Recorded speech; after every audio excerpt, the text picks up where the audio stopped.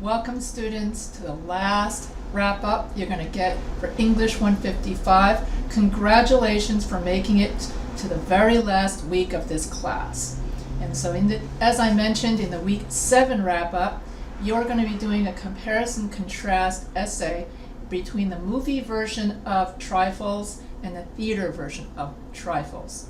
And so the major difference between movies and theater: when we watch something at the theater, the story is driven by dialogue.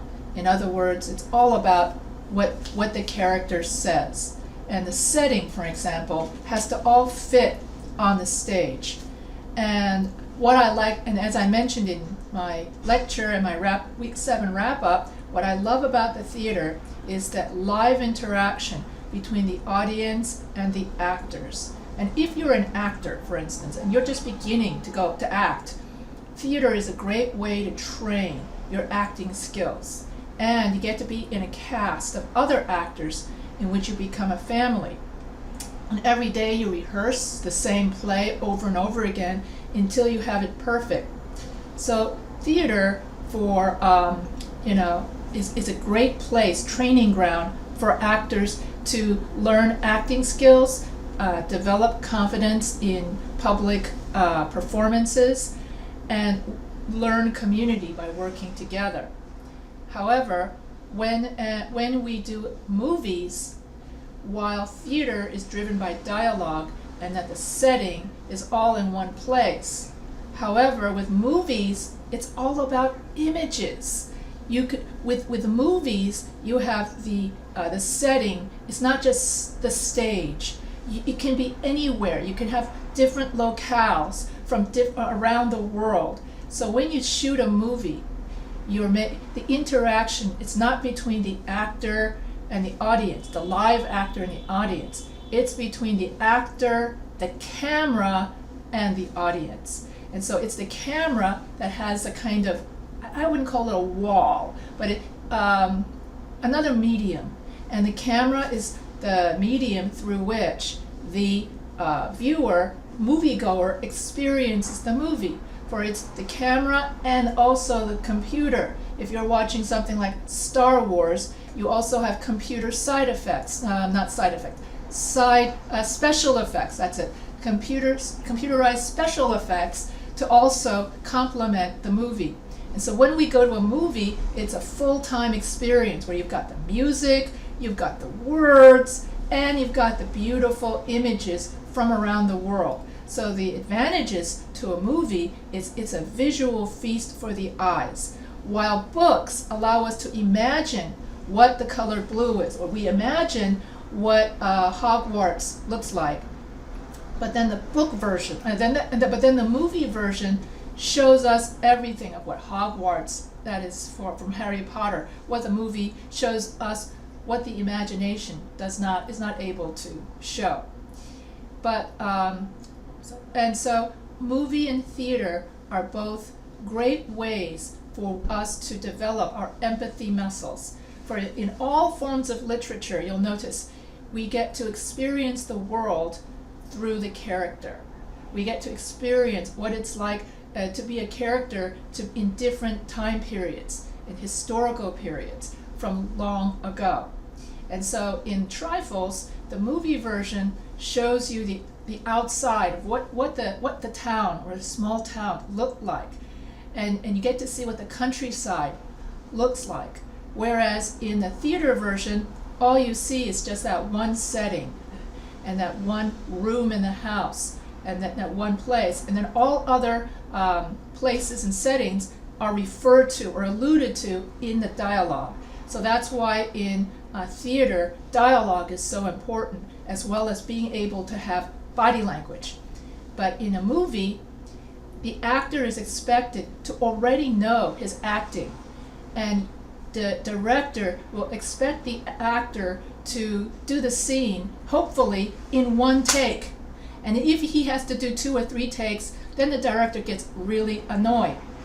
So if you're going to become a movie actor, you would first want to get your feet wet in theater, where you can do the same thing. You can learn all your acting, you can get your chops wet in the theater, make all the mistakes you want with all the rehearsals, and then when you get to do the movies, you already know all of that, and then you can, that's the main difference. That's one of the main differences, and is that movies have all of this visual feast for the eyes.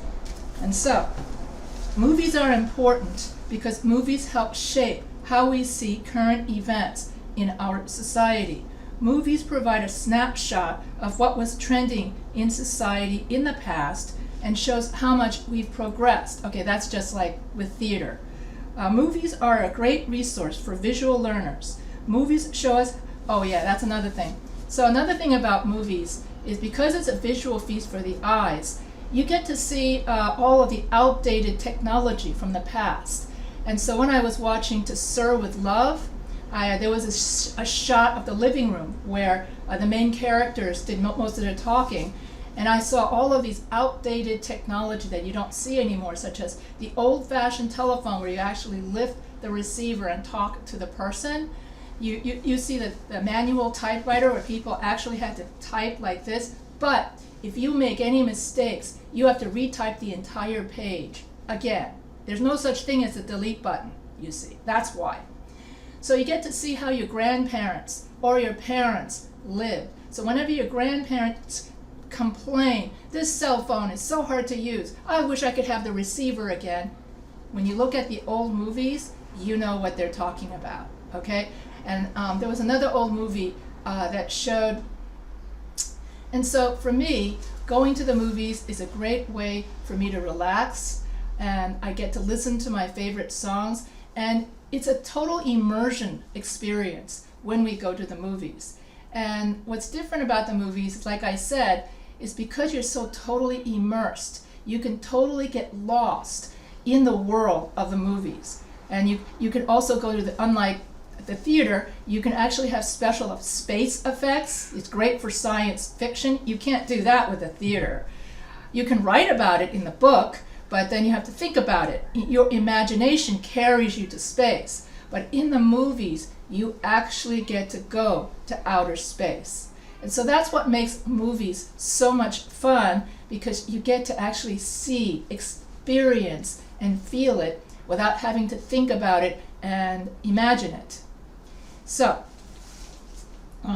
movies show us outdated, and then we also learn, when we watch movies, we also hear how people used to talk in, say, the 1960s. So you can have a movie character say, "Isn't that groovy?"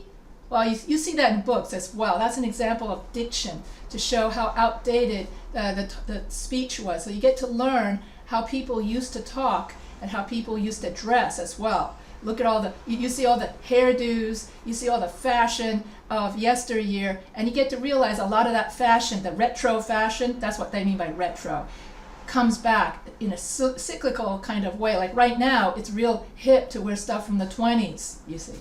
So you get to appreciate more that your grandparents weren't always gray and frail and old, that once upon a time, they too were hip and in fashion and said stupid things probably as teenagers.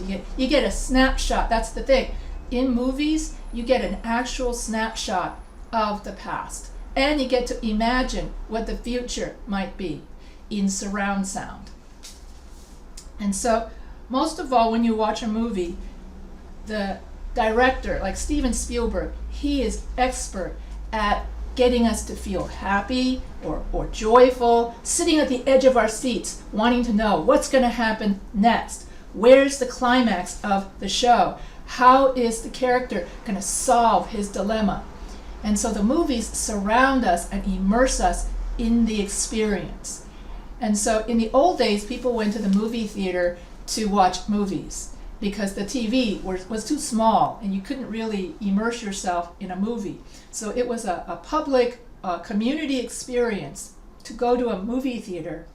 You get to see your neighbors, and everyone together as a group would immerse themselves in the movie-going experience. It was like an outing. People used to drive their cars to drive-ins. in which you could put the microphone into your car and then you would watch the screen from within your car. During the pandemic, drive-in theaters had a brief comeback. But these days, everybody just watches their movies on Netflix at home. And so you kind of lose that, you lose the immersive experience of a movie theater. I still think the movie theater is better. And so movies allow us to immerse ourselves into another world and to see things from another perspective. It allows us to experience the history, and it allows us to experience the future. And so in films, and just like with others, films also can promote social change. Films can also teach us about other cultures, and so it also inspires empathy. So I suggest in conclusion,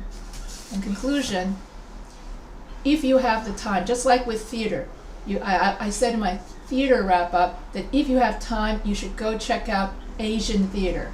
It's really cool. You can check out the difference between Korean theater, Chinese theater, Japanese theater, or even French theater, which is really cool.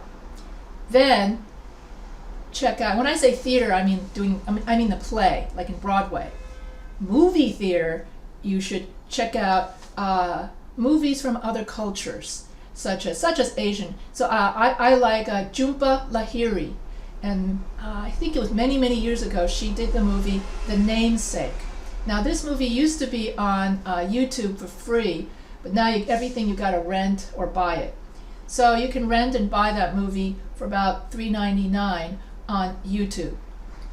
Namesake. So that's a great way for viewers to learn what it's like to be Indian American. If you want to see a funny Asian movie or Asian American movie, you can watch Crazy Rich Asians. That was funny. I like that movie because it portrayed Asian Americans as humans and not as just geeks. And what's lacking a lot in American movies, theater, and TV is representation of Asian Americans, Indian Americans, and Hispanic Americans. You have European Americans still mainly on the screen. And people of color and people who are not considered European Americans all want their fair share of time on the screen so that the children can see heroes of other colors. So I believe that representation is important in movie making and in theater making. So that's my last caveat for this class.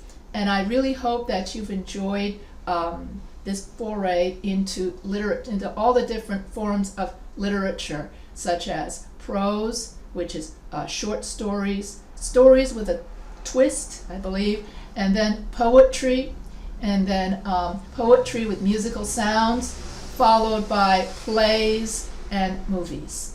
So I hope you enjoyed English 155. Sorry, not 155. English 115. 155 is a different school. Okay, I hope you all enjoyed English 115 at Los Angeles Pacific University. And so it has been my pleasure as Professor H to be your teacher in this class. And congratulations once again for making it all the way to the end.